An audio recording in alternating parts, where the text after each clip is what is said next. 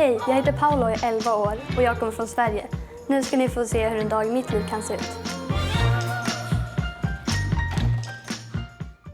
Paula živi v predmestju prestolnice Švedske v Stockholmu in vsak dan začne s tradicionalnim švedskim zajtrkom. Sendvičem s kaviarjem, ki so ribja jajčeca. Det kanske inte ser så gott ut, men det tycker jag att det är.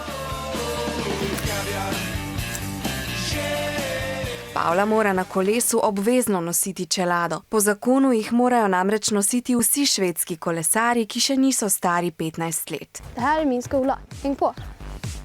Ker veliko staršev Paulinih prijateljev prihaja iz drugih držav, nimajo vsi modrih oči in svetlih las, kakor si Švede navadno predstavljamo. Imajo pa prav vsi švedski učenci zagotovljeno brezplačno kosilo.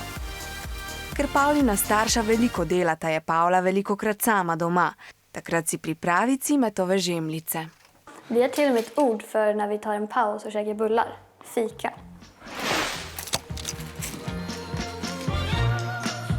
Švedski otroci se po pouku radi ukvarjajo s športom. Förut körde jag fotboll, men nu kör jag parkour. Så där, nu vet ni lite mer om Sverige. Hej då!